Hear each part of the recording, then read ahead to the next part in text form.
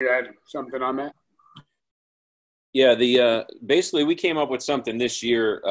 One of our players that finished a season ago, so 2019 was his senior year, had went undrafted, is playing independent ball right now, had kind of been helping us out all fall through the winter, up until he was planning to leave to play again, of course.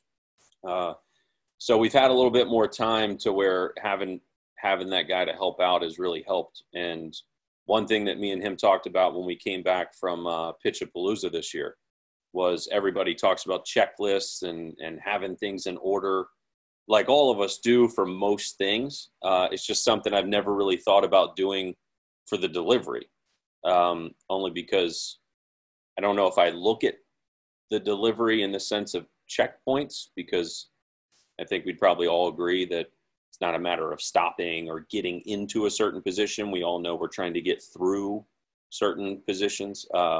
But looking at those things on video, slow motion, some of which you can see just with your own eyes, are things that we basically just put on paper finally. And, you know, I came up with, I think it was 9 things or total, or 10 things total, but the main 3 things came down to eyes, back foot, and something we were just calling T-line. And I don't mean T-spine, just T-line in the sense of your head, your torso, and then in path with your shoulders, and then is your elbow and hand in path with your shoulders. So, like, I'm sure if you guys follow most of the infield coaches out there, do a great job of this, explaining how a middle infielder charges the ball as they bend over, that the spine bends, the slot stays the same. Technically, if this is your arm slot, as you bend, so does your slot. So that's something that, to me, is not only 1, to throw as hard as you can possibly throw, but 2, to be as safe as you can possibly be. So it's looking at their eyes. Are they on target like we talked about earlier? Their back foot connection. What we mean by that is keeping their entire foot on the ground as long as physically possible. I know a lot of people emphasize the heel down, you know, keeping your heel on the ground, which, yes, sure. But to me, it's just keeping as much of your foot on the ground as far down the mound as you can go in order to keep ground connection, which then leads into that T-line. So eyes, back foot, and T-line to us are the 3 most important. So we basically came up with a grading scale, like a green, yellow, red. If you're in the green, great. If you're in the yellow, you're still good, but it's something we can get a little better. If it's in the red, we better fix it. We literally have to fix this problem because of injury or throwing strikes, command, velocity, multiple reasons. But if it's in the red, it's bad. So it's a pretty simple system, almost like a 1, 2, 3. Any other system anybody could come up with. But those were the 3 main points that we found to be most effective. And as basically I had to go through and grade each one of our current pitchers, whether it was our best starter returning to pitch on a Friday, a Saturday guy, a closer type guy, and really see where I would rank them as if I was going to recruit, or as if I was a scout going to scout them for somebody else. How would I grade out every part of their delivery, which was pretty interesting to see because it never failed. And I swear I wasn't trying to cheat the system and give our better guys better scores, but our best pitchers did those 3 things. Either most had green, and if they didn't, they were in the yellow. Not one guy had basically what we would call low score, and they were actually one of our best pitchers. It just didn't happen. And that's, I think, reminds me of something Coach Layton at Fordham used to always say every time we'd try a new hitting drill, and we'd come back and say, "How did it go?" I'm sure you guys remember. Pete and Jimmy, and he'd always say, "Oh, the guys who could hit did really good at that drill, and the guys who couldn't hit, Yeah. I think it's just, but that isn't awesome if you kind of reverse it to see if the things you're trying to teach and evaluate, your best people are good at it. That's probably the best scale you can use is our best people are good at what we're trying to teach. I mean, one last thing I wanted to I'll start with Mike. It's just kind of something that always comes up in my head, and are probably doing it wrong as far as evaluating our own people. But when you have a guy who throws a slider and a curveball, and more often than not, one of them is a lot better than the other one, but they want to keep throwing both. Sometimes it's amazing to me how I know we got one pitcher on our staff that thinks the one that we think is not good is better than the one that we think is really good. And I'll be telling Steve, tell him to get rid of the curveball. It's not a thing. You can't pitch it. It's not going to be a pitch you can throw. So how do you deal with that? We all know as coaches, if we're calling the game, we're going with the slider because that's his pitch that he throws a lot better. But at the same time, is it worth having two breaking balls for I'm not at Pete's level, more at our level, more at a high school level? Can you really be effective with both a slider and a curveball? Are you always going to lean heavy on one or the other as a pitcher and as a coach? I mean, what are your thoughts on that? Yeah, I mean, I think the higher the level, I mean, I think you'll see some guys who are able to do some things that high school guys just can't do. Or even college guys for that standpoint. I mean, I know I've coached at a few different levels, from high school all the way through a few different levels in college. And I mean, the biggest thing that I think, and I think this is where you go back to pitch design and video and feedback and things like that, where, you can look at a radar gun and you can look at the video and get feedback from hitters to find out, okay, hey, are you really throwing two different types of breaking balls? Are you throwing a good hard slider that's got some two-plane action and, maybe a little bit slower curveball that, hopefully has some late movement to it, or maybe a little bit bigger break, whatever. But, when you're looking at those different things, the video and then the velocity, I think you can really start to see, hey, are these two pitches and, different enough to really make it worthwhile to continue, using them.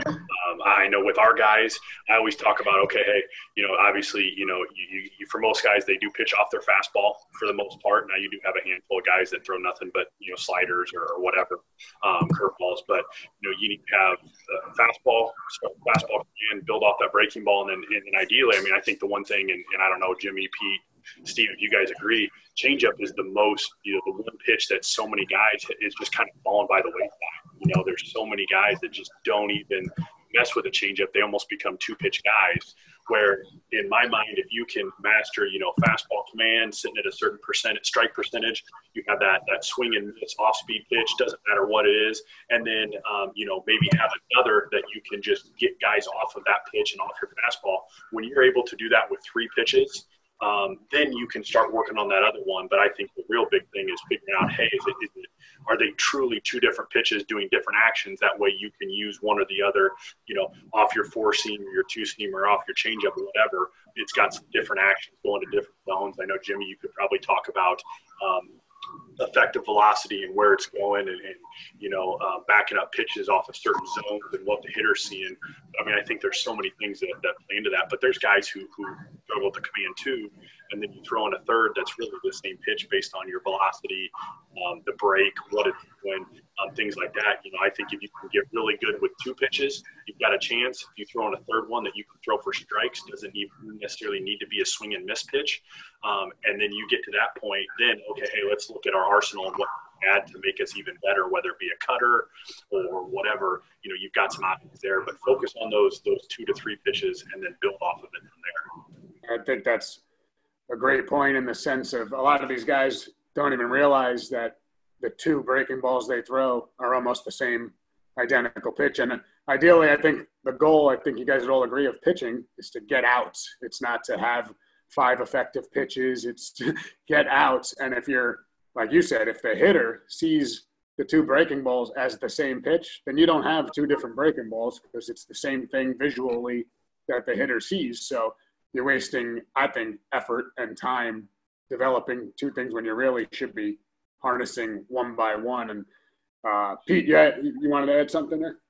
Yeah, I think Mike touched on it a little bit, but seeing how the fastball plays off those pitches and then maybe eliminating one based off what fastball you're throwing, whether it's 2 or 4, and if you got the 2 seam and throwing more of a slider, 4 seam, it's got a little more life to it, and then pairing that with a breaking ball. I'd also, to build on that would be usage. maybe your slider doesn't have great swing and miss action, but you go more 0-0 or 2-0, more hitting counts where he's still got some conviction that he can glove strike it and throw it over. Take the curveball for more of a 2-strike, put him away, chasing those punch outs kind of thing that anybody at any level could do. And I think in high school, you're still trying to figure out your breaking ball and making that consistent. So you might get a little more of a slurve. So you don't really have the difference between the two. College, you might have a little bit better shape on a slider, still maybe a little slurvish, and then a more defined curveball. So if those guys do have two, maybe just back it up to usage and, hey, you can only use your slider in these counts. But if we get to 2 strikes, you got to go with them with the curveball. And you can do that at all levels too. Nice. Turn it over to Mr. Effective Velocity, Jimmy. No, I mean, I think everybody's got great points. It's exactly, some of the things I would say. I think one big thing to remember, especially, and I feel like any head coach or Rob, like in your case, now being more involved with all aspects, of course, as being a head coach, you're, of course, going to keep an eye on the pitchers and maybe more so now look at like, well, I love his curveball and I really don't like his slider. The best thing I would say based off that for any pitcher or for a coach is it doesn't really matter what they call it. It matters based off what you guys said before. What are the hitters doing? Are the hitters swinging and missing? Well, you can call it a curveball, and I'd call it a slider, but all I know is we're going to throw it a lot because they keep swinging and missing. I think that's the main point is it doesn't matter if you have 4 pitches, 5 pitches, or 2 great ones. We did it with a couple guys this fall, a couple older guys that were very reluctant to throw away a pitch. And it took a lot of explaining. It was not a bullpen. It was, game charts, game video, Rapsodo numbers, video, overlay videos of different pitches. I mean, it was a lot to get a 20 or a 21-year-old to basically throw away a pitch. But it came down to, do you want to be good at 2 things or do you want to be great at 1 thing? Because, you see guys go in the draft all the time in the top 10 rounds that are great at 1 pitch. There are other pitches, yeah, they're good. Whatever. Everybody's got to have the fastball. But after the fastball, I'm saying you have to have at least 1 great pitch. And if you don't, you're just not going to advance, whether that be from high school to our level, from our level to Pete's level to the highest level. It doesn't matter. You have to have, basically like we said, it goes back to pitch arsenal. But the pitch arsenal doesn't have to be a huge arsenal. It just has to be really, really good. And I think, eventually it got that player or 2 back to thinking like, okay, well, I'm just going to buy into it and I'm going to stick to this 1 pitch. But, a perfect example is one of our best starters right now has a legit secondary pitch that he's called a cutter his entire life. He was taught it as a cutter. He's thrown it for probably 10 years, I would say, being a junior in college now. And it is 100% based off my eyes, hitter's eyes, spin on Rapsodo, video cameras, whatever. It is a slider. It is not a cutter. But to him, it's a cutter, so it's a cutter. So when I call it to the catcher or we're throwing a pen, I say, okay, throw your cutter. Or, hey, what are you throwing next? He says cutter. We don't call it a slider because to be honest, I really don't care what you call it as long as it works. And it really works. So we're not going to mess with it. We don't need to change the name. You just stick to whatever works for you, which is basically like you were saying earlier, Rob, is the goal is to get outs. And if the pitch is getting you outs, then keep throwing that pitch and call it whatever you want. Exactly. I think sometimes we get so caught up in having a larger arsenal instead of getting the results we're trying to get.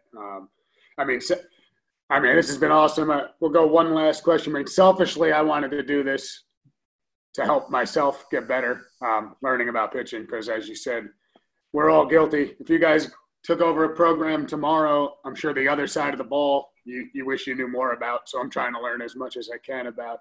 I'm sure there's going to be, when we tweet this out, there's going to be half the coaches in America are going to skip right over it because I'm a hitting guy or I'm a this guy. And I think one of the things I learned early on in my career from working a million camps with you guys, and I think Jimmy, our good friend Ryan Sawyers, always used to rip guys at those camps when they'd sit back and say, I can't work with the pitchers. I'm not a pitching guy. And they turn around and in a Ryan Sawyers way and say, you're a coach, aren't you?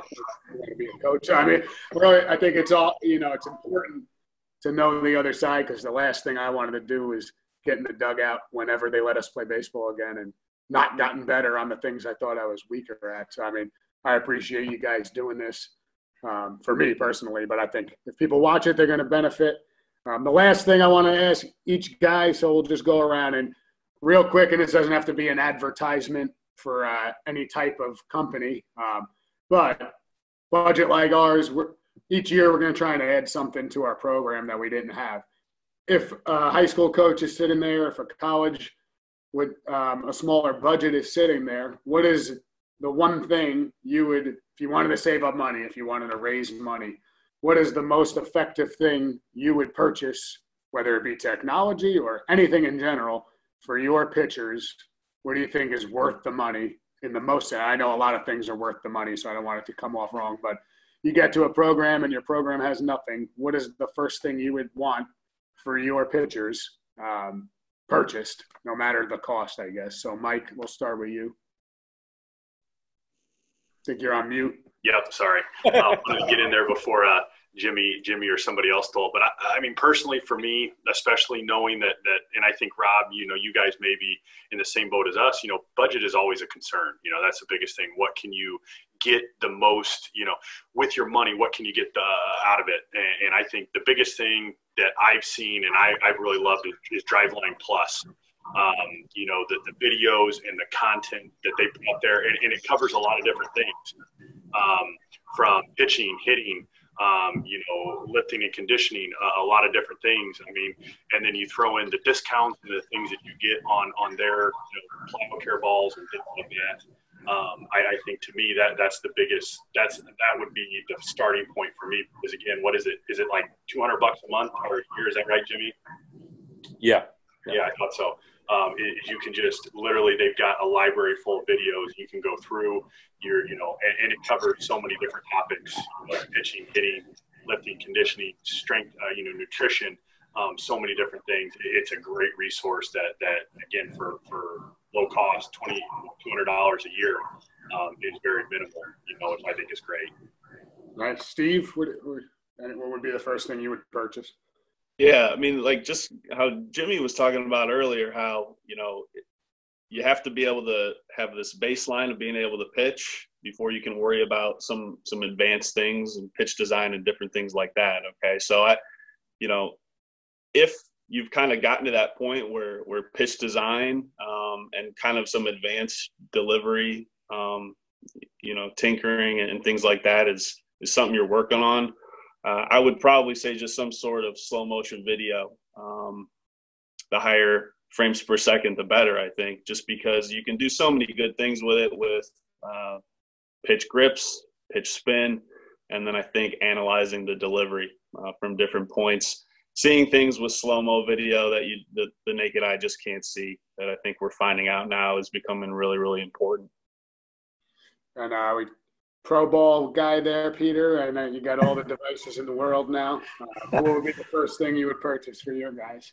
We're very fortunate to have a lot of different resources. Everyone knows what professional baseball is trying to move towards. I'd probably say a camera too, but to spin it with the new Rapsodo that also has the camera attached to it as well, from right behind for release, I think would be pretty beneficial. If you're a low budget, then I'd get right on the J-bands, plyo care balls, and really, harp on the arm care side of it, keeping guys healthy, getting them stronger, and then building towards more of a pitch design. But if I could have a wish list, it'd probably be the new Rapsodo with the camera.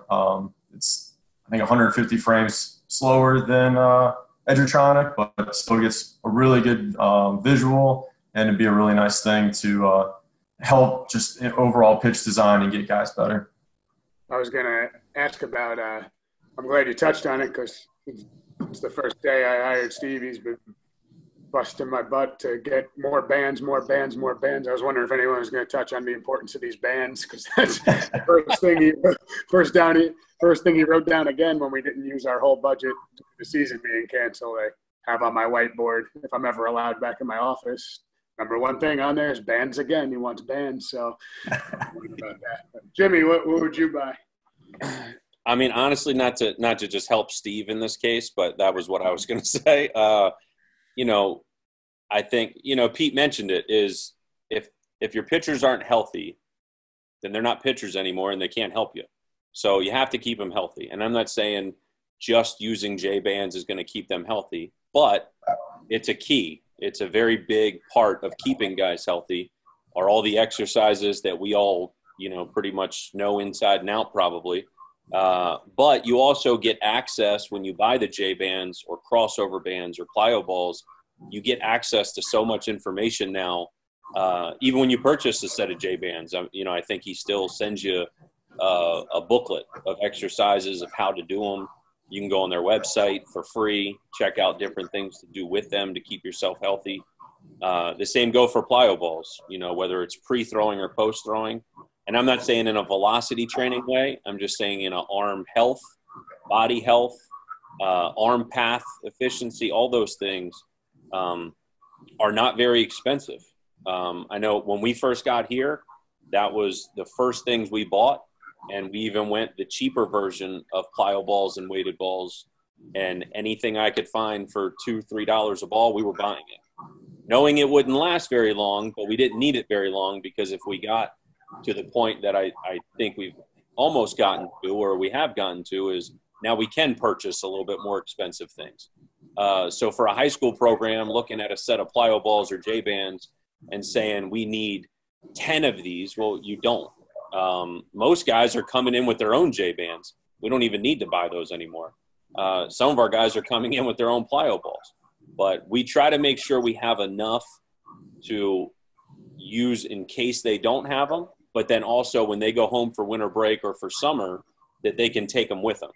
And I think that's one thing, especially for high school guys, younger guys, middle school guys, whatever the case may be, is they really need to purchase those type of things on their own. So I would basically say those things. And then, like these guys already said, I think, it just depends on the program. If you're a high school program with that small of a budget, maybe you just stick to those things. If you're a college program that can buy a Rapsodo and understand things a little more in 3D and seeing the ball spinning on there, it's pretty easy to understand the spin axis as far as the clock and movement.